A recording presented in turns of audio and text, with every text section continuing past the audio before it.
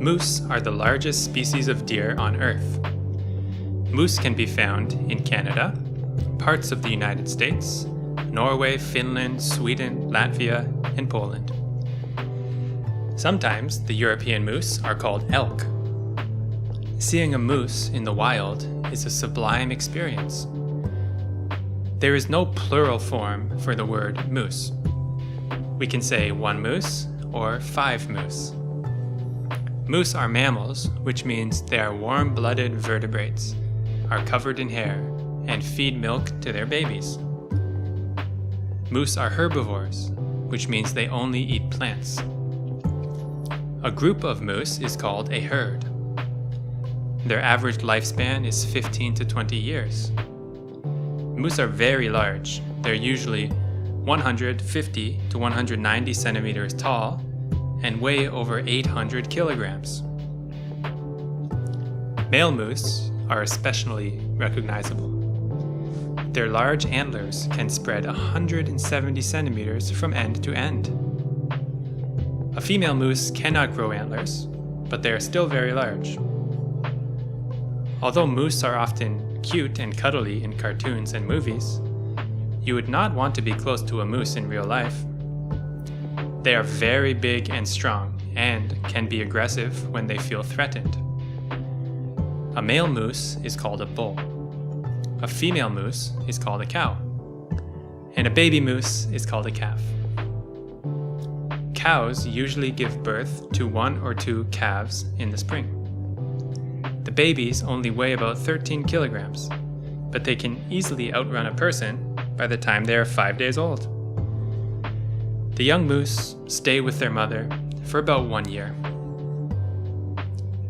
In the summer, moose can find lots of food.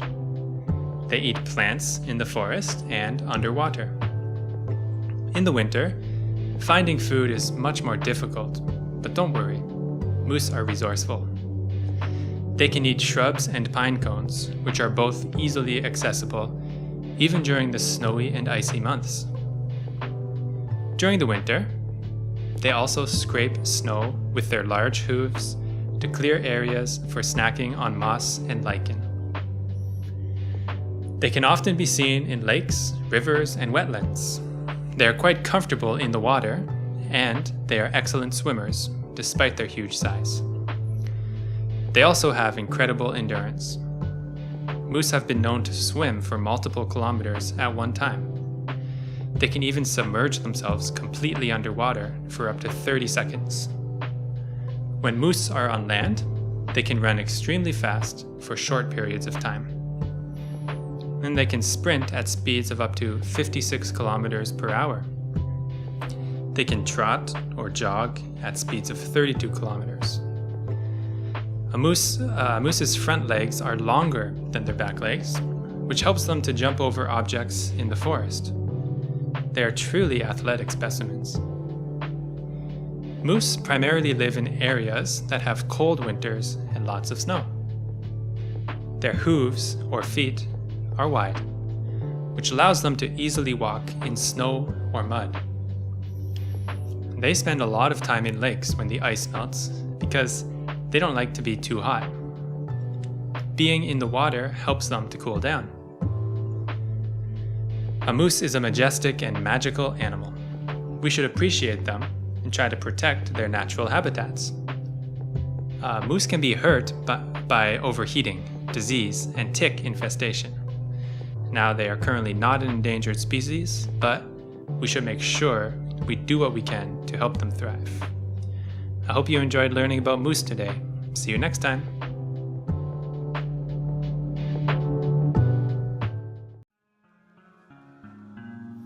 Beluga whales are one of Canada's most iconic animals. They live primarily in the Arctic. About 2/3 of their population spend the summer in Canadian waters. A few belugas are found farther south, in the St. Lawrence estuary. They are social mammals, and they communicate with each other by using whistles, chirps, clicks, and squeals. Beluga whales have a few other names: white whale and sea canary. They are mammals, which means they are warm-blooded, feed their babies milk, and although we cannot really see it, they are also covered with tiny hairs. In general, adult belugas are almost completely white, while young belugas are gray. Their head is rounded with a prominent melon and a short, broad neck. One highly noticeable trait is the lack of a dorsal fin. Instead, belugas have a narrow dorsal ridge. The pectoral flippers of belugas are broad, and the flukes become strongly convex on the trailing edge in mature whales. Now, the English name beluga comes from the Russian word beluga, which translates into white. Belugas are also known as white whales for this reason.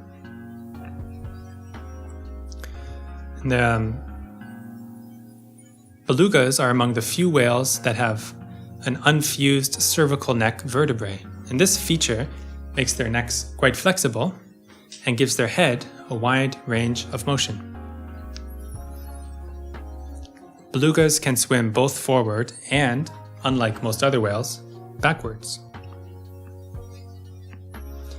Beluga whales face a number of environmental threats. Industrial runoff in the St. Lawrence River has resulted in high levels of PCBs, heavy metals, and other toxins in the water. The toxins enter the food chain through single-celled organisms and become concentrated in the bodies of large carnivores. The deaths and strandings of many belugas are possibly linked to these toxins.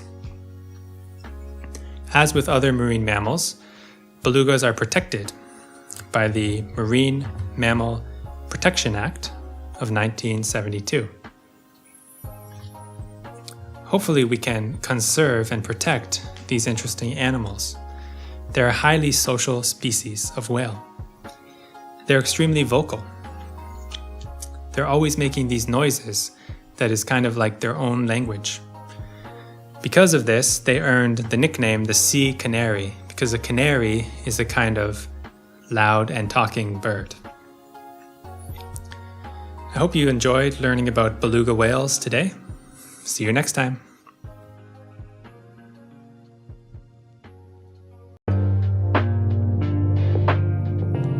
Polar bears are the world's largest land carnivore. A carnivore is an animal that only eats meat. Polar bears are mammals, which means they are covered in hair, are warm-blooded, and feed their babies milk. The average lifespan of a polar bear in the wild is 25 to 30 years. Polar bears are usually around 225 centimeters in height, and on average, weigh roughly 550 kilograms. There are about 25,000 polar bears living in the wild, and the majority of them live in the northern parts of Canada. Polar bears like to live on the Arctic ice, and they search for food in the coastal waters. They are excellent swimmers, using their slightly webbed front paws to paddle through the cold water. Some polar bears have been spotted swimming out in the ocean hundreds of kilometers away from the land.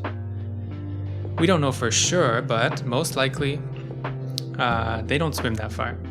They probably ride out into the ocean on sheets of ice.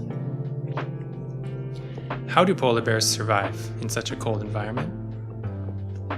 They have a number of important Arctic adaptations.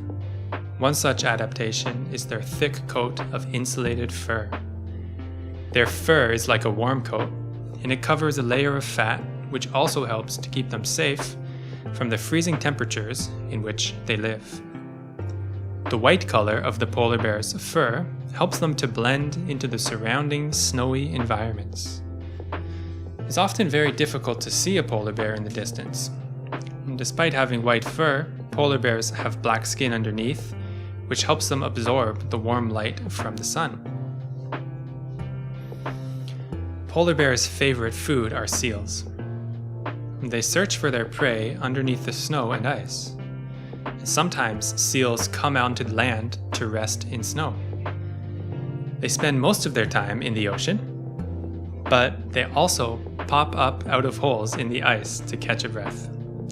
Polar bears are experts at capitalizing on this brief opportunity to catch them. In fact, polar bears' hunting skills are incredible. Although they prefer seals, polar bears will not pass up on an opportunity to eat whatever comes their way. The Arctic can be very lonely and isolating. Sometimes they may not see another animal for days or weeks. If, for example, polar bears see a whale carcass that has washed up on shore, they will certainly take a bite. Female polar bears give birth in deep snow drifts, which provide them some protection from the cold. They give birth in the winter, and curiously, they often have twins. The young polar bears, which are called cubs, stay with their mother for more than 2 years. During this time, the cubs learn to hunt and survive in the Arctic. Female polar bears are great mothers. They aggressively protect their cubs, and they receive no help from male polar bears, who are solitary creatures. Polar bears are majestic and alluring animals. They are powerful, and in some cases, quite dangerous.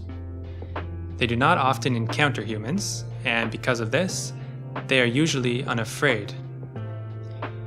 Polar bears near cities and settlements are indeed quite a threat to humans, and extreme caution should be taken when dealing with them. One of the threats facing polar bears is the decrease in sea ice due to climate change. This is a difficult problem to face. As ice melts, polar bears move south searching for food, which brings them closer to contact with humans. We shouldn't be afraid of polar bears, but we should treat them with respect and the awe that they deserve. I hope you enjoyed learning about polar bears today. See you next time. Beavers are the national animal of Canada, and they are North America's largest rodent, and the second largest rodent in the world.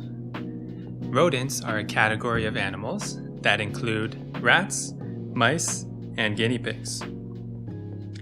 Beavers have a unique flat and wide tail, a strong bite, and sharp teeth ideal for biting through wood. Beavers are very hard workers. They can build large and complex dams or lodges, which they use for shelter in the wetlands. Beavers form monogamous pairs and live with their children. When their children are old enough, they help their parents repair the dams and lodges. Beavers are herbivores, which means they only eat plants.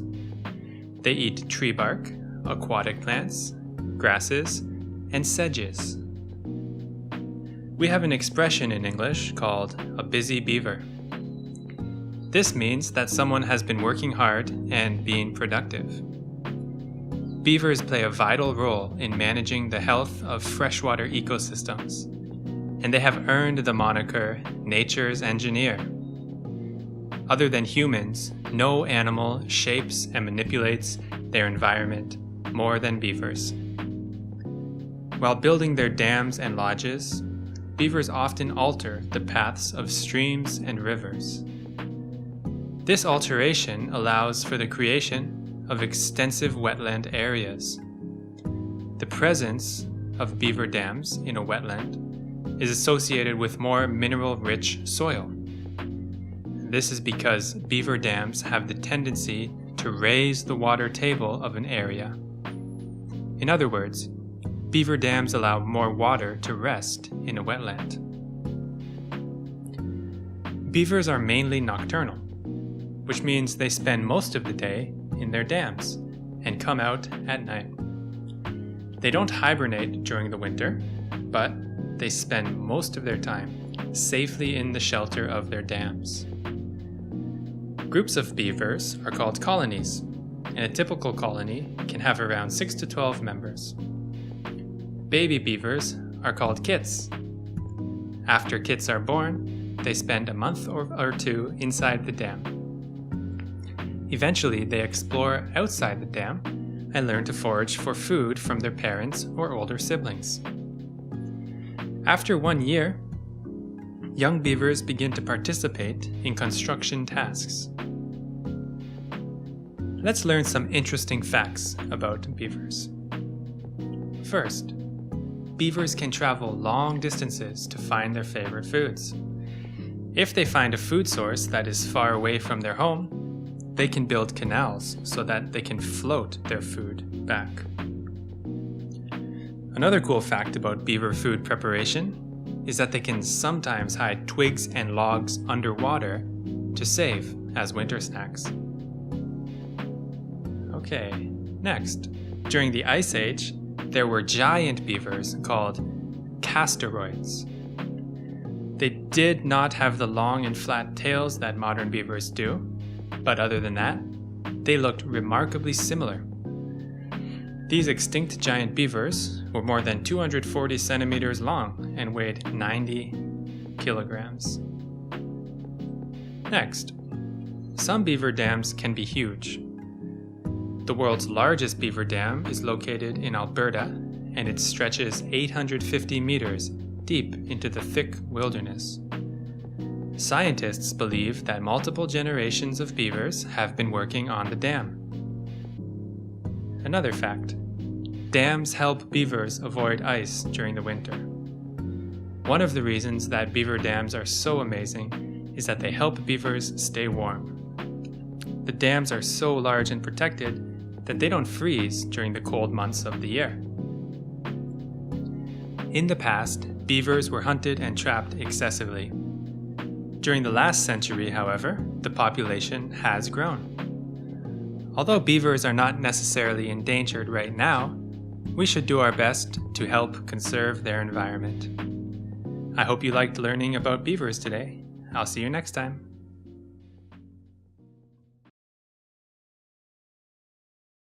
The bison is a herbivorous mammal, which means it only eats plants, is covered in fur, is warm-blooded, and feeds its babies milk. A group of bison is called a herd. A male bison is called a cub. A female bison is called a cow. And a baby bison is a calf. The average lifespan of a bison in the wild is 12 to 20 years.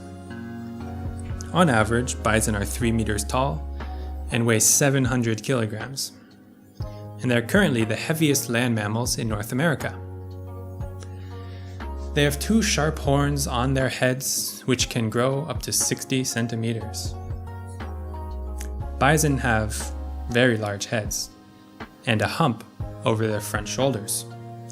Their neck, legs, and front parts of their bodies have a thick coat of long dark hair. This hair keeps them warm during the winter, but it sheds during the summer. They roll around on the ground to help the hair to naturally fall off. Bison are symbolic of the Great Plains of North America. They are often mistaken for buffalo, but in fact, they are entirely different species. Living on the vast plains, bison develop incredible speed.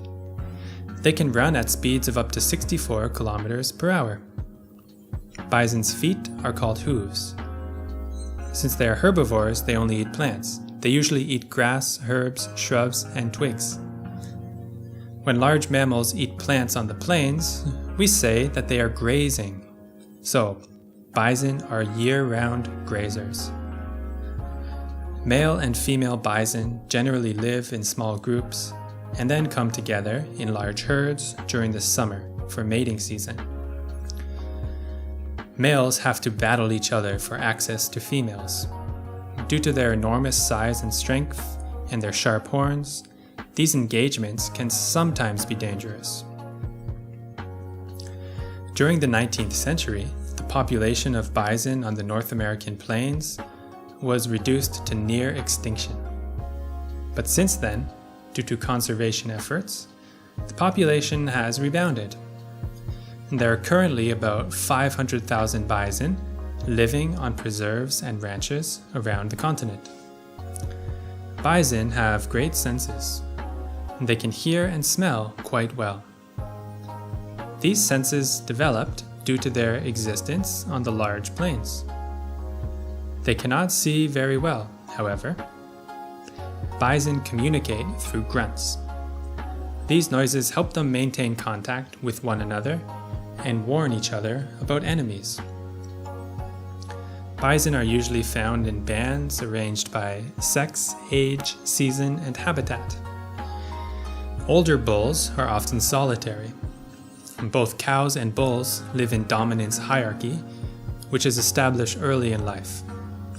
Most of the year, females with young form small bands, and immature bulls may stay with them. The bands may congregate in large herds in the spring or fall to search for food or water. Mature males have their own groups that may reach up to 30 individuals. Grazing takes place during several periods each day and is conducted in loose groups. When bison travel, they form a line. Bisons are also adept swimmers, able to cross streams and rivers without difficulty. Although bison have made an incredible comeback since their near extinction in the 19th century, we still need to be vigilant in conservation. These are large animals, important cultural symbols, and majestic beasts which we are lucky to share our Earth. And I hope you enjoyed learning about bison today. I'll see you next time.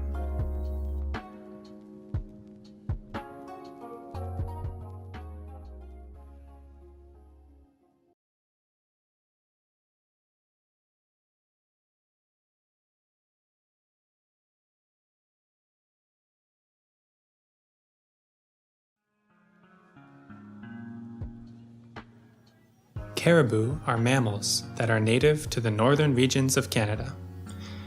Like all mammals, they are warm-blooded, covered in fur, and feed their babies milk. They are also ungulates. An ungulate is a mammal with hooves, such as horses, pigs, deer, and buffalo. The caribou body is short and strong, which allows it to easily conserve heat during the winter. The noun caribou has no plural form. This means that we can say 1 caribou and 10 caribou. Caribou usually weigh 300 kilograms and can live for 10 to 15 years. A group of caribou is called a herd. The average lifespan of a caribou is 15 years.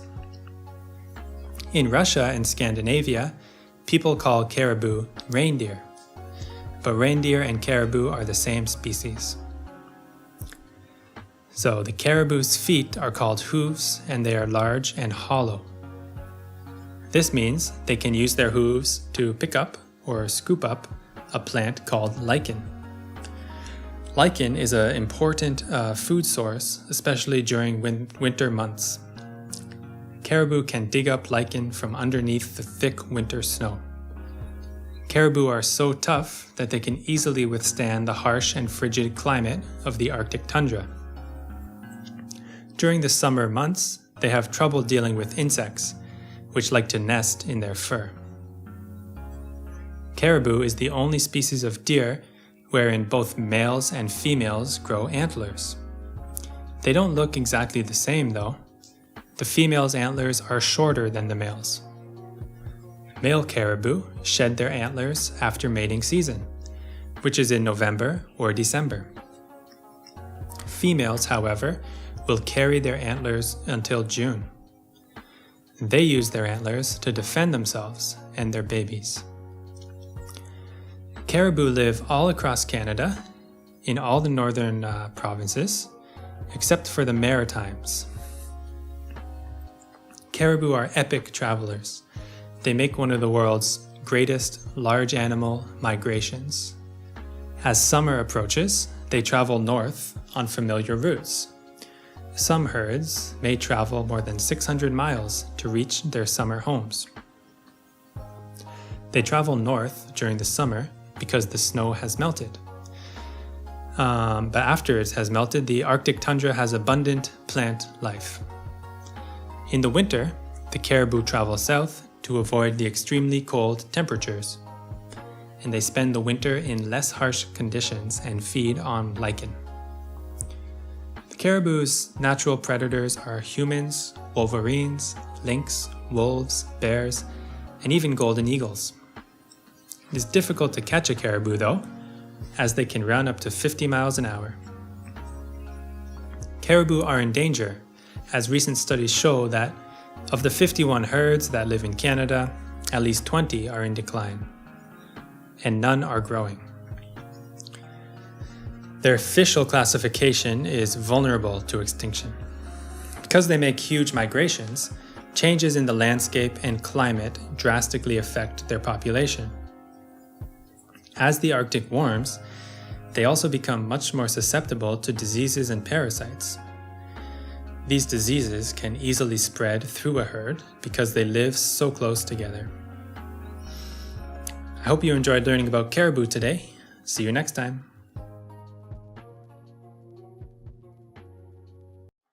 Walruses are marine mammals with mustaches and long tusks. They have brown and pink hides, or skin, flat flippers, and big bodies full of blubber. They are quite large. Their average height is 3 to 4 meters, and their average weight is over 600 kilograms. Can you imagine seeing such a large animal? The average lifespan of a walrus is 30 to 40 years. Walruses belong to a group of animals called pinnipedes. This classification also includes seals and sea lions. The word pinniped comes from the Latin words for winged-footed, which refers to their hind limbs or flippers. Walruses usually live near the Arctic Circle. They are quite comfortable lying on the ice with hundreds of companions. They are very social animals, and a group of walruses is called a herd.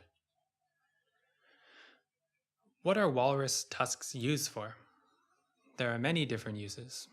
Since their bodies are so big and fat, they cannot move well on the ice. They use their tusks to haul their bodies across the ice, and this is sometimes called tooth walking. Another use for their tusks is to break holes in the ice. Male walruses also sometimes use their tusks to protect their territory and compete with other males during mating seasons. Both male and female walruses have tusks. Walruses like to eat shellfish, which are found near the ocean floor. This means that they must swim down to the bottom of the ocean. Despite their huge size, they are strong swimmers. The bottom of the ocean is dark, and the walruses can't really see the shellfish that they are looking for. They use their sensitive whiskers as detection devices. They don't only eat shellfish though. Walruses also eat tunicates, fish, seals, and even dead whales. How can walruses survive the frigid cold temperatures of the Arctic? The large amount of blubber on their body helps them to stay warm. They can also slow their heartbeats in order to withstand the polar temperatures of the surrounding waters. There are 2 different subspecies of walrus. They are divided geographically. The walruses that live in Canada and Greenland are called Arctic walruses, and the walruses that live in Russia and Alaska are called Pacific walruses. Walrus babies are called calves. After a 15-month gestation period, females usually give birth to a female child, but some cases of twins have been reported. When the calf is born, it already weighs 100 pounds. Female walruses are very protective of their babies, and they usually stay with them for up to 2 years or longer. The walrus was almost hunted to extinction in the 18th and 19th century. However, hunting regulations have allowed their populations to rise to a relatively large numbers again. Currently, only Native Americans are allowed to hunt walruses. The walrus's natural habitat is being reduced due to melting of Arctic ice. As the sea ice melts, walruses retreat to coastal areas. They can live near the coast, but there's usually less food for them here. Hopefully we can find constructive ways to help preserve the natural walrus habitats. I hope you liked learning about walruses today. See you next time.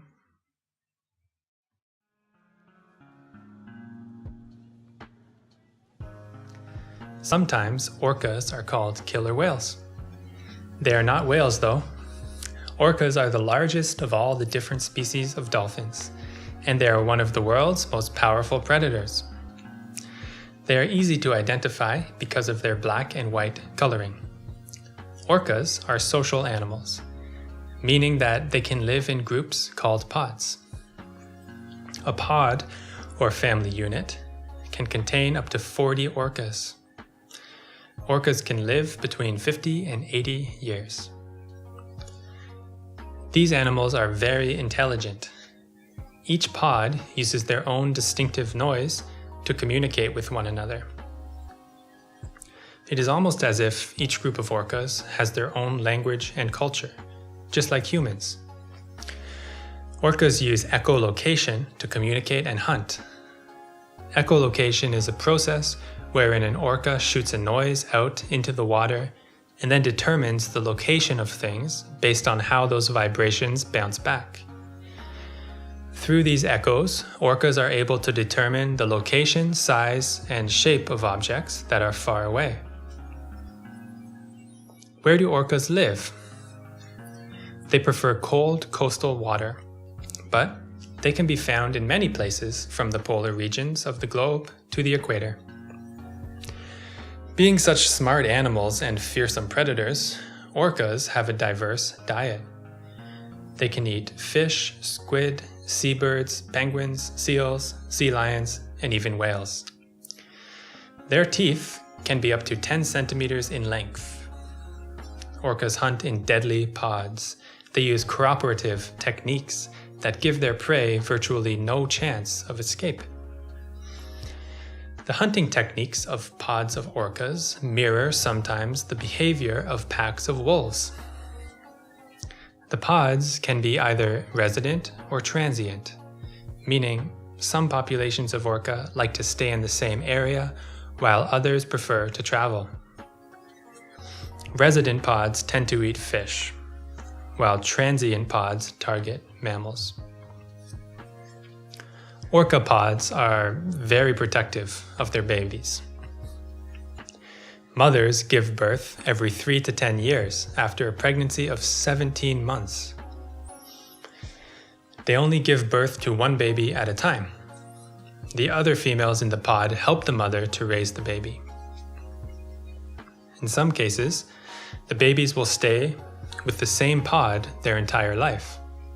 But in other cases, the young orca will eventually go on its own way. Orcas, like all dolphins, are active animals. They have evolved to swim up to 60 kilometers per day looking for food. They dive 30 to 50 meters several times every day. They have a strong desire and need to be active and to swim far and deep. And this is why orcas do not do well in captivity. It is really a bad idea to have an orca at a zoo or at an aquarium. They can become stressed and violent. Each pod of orcas live in close family-like groups. Each group develops its own unique culture and sophisticated communication. When orcas are in captivity, they cannot develop the close bond that they share with their pods in the wild. In the oceans, orcas have no natural predators. Not even sharks will try to kill or eat orcas. A pod of orca is too strong, too smart, too fast for anything in the ocean to harm them. This means that orcas are apex predators. An apex predator is an animal that is at the top of the food chain. In fact, orcas have been observed hunting and eating sharks. They only do this, however, when they are having trouble finding other sources of food.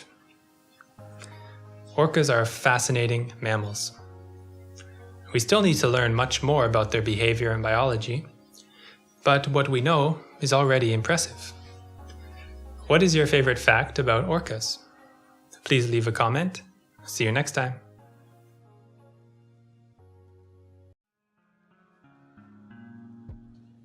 Puffins are sometimes nicknamed sea parrots. Some people even call them clowns of the sea. Since they live on the eastern coast of North America, they're also called Atlantic puffins. Whatever you like to call them, they are small seabirds, measuring around 25 centimeters in length. They're excellent swimmers, and they spend most of their lives out at sea.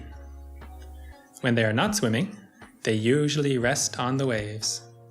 They are also great flyers. Their wings can flap up to 400 times in 1 minute. Can you imagine moving your arms up and down 400 times in 1 minute? They can fly through the air at a speed of up to 88 kilometers per hour. A puffin's nose or mouth is called a beak or bill.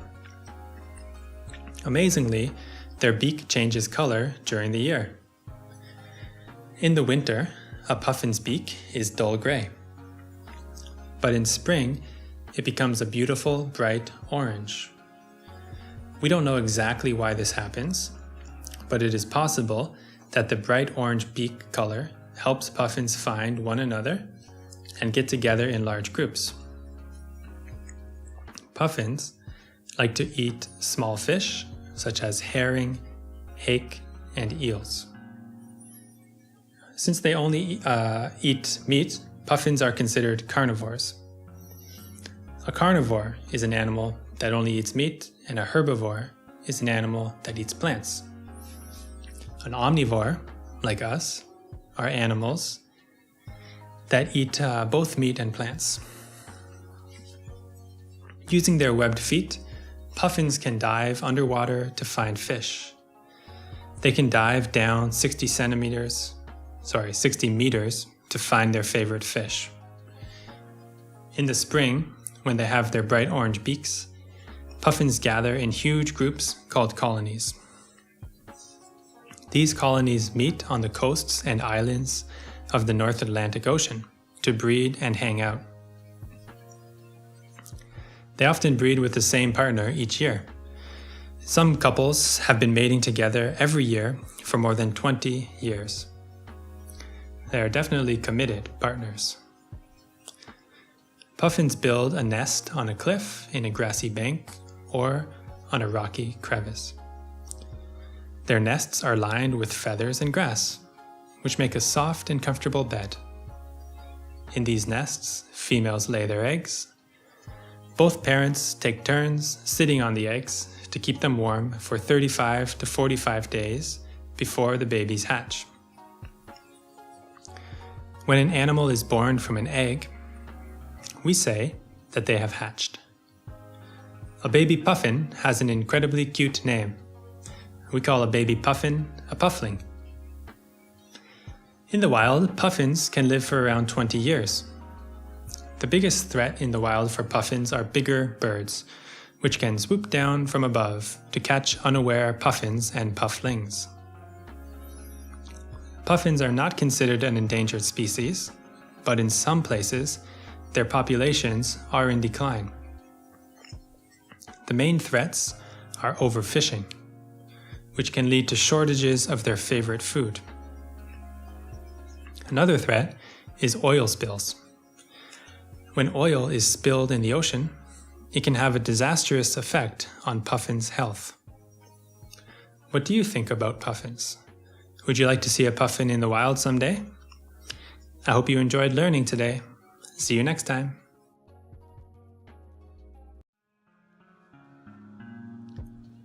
Lynx are beautiful cats that live in the cold climates of Canada and Eurasia.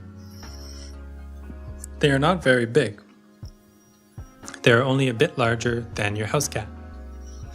They are approximately 8 to 14 kilograms and only 80 to 90 centimeters tall. Lynx are solitary mammals that live in the northern forests of North America, Europe, and Asia. They are covered with beautiful, thick fur that keeps them warm during the cold winter months. Lynx's winter fur is usually thick, long, and gray. In the summer, their coats become thin and light brown. Their large paws are also furry and hit the ground with a spreading motion that makes them function as natural snowshoes. They are most recognizable by the black tips of their bobbed tails and the long tufts on their triangular ears. The lynx live in the northern forests, which are called boreal forests. They live in these forests and they make dens or homes underneath fallen trees, stumps, rocks, or in thick bushes. These dens provide them shelter in the harsh boreal environment. The males live alone most of the time. That's why we call them solitary predators. But they are very excellent predators. In fact, they hunt at night because they have big eyes and superior hearing. They have to use these senses because they aren't fast runners. Lynxes need to sneak up on their prey. They usually find a good hiding spot close to prey, wait quietly, and then jump or pounce at the right moment. Lynxes like to eat snowshoe hares, which are a kind of small rabbit. They are opportunistic predators, though. They will also eat mammals, birds, and sometimes larger animals like caribou. They cannot kill caribou, though, but they may be able to scavenge some meat from an injured or dead one. So these stealthy cats avoid humans and they hunt at night, so they're rarely seen. However, there are several species of lynx. Few survive in Europe, but those that do, like their Asian relatives, are typically larger than their North American counterpart, the Canada lynx. All lynx are skilled hunters. In Canada lynx, they eat mice, squirrels, birds, but as I said, prefer snowshoe hare. The bigger Eurasian lynx hunt deer and other larger prey, in addition to small animals. And lynx mate in early spring or late winter. For about 2 months later, females give birth to a litter of 1 to 4 young. Humans sometimes hunt lynx for their beautiful fur. One endangered population, the Iberian lynx, struggles to survive in the mountains of Spain, far from the cold northern forests where most lynx live. I hope you enjoyed learning about lynx today. I'll see you next time.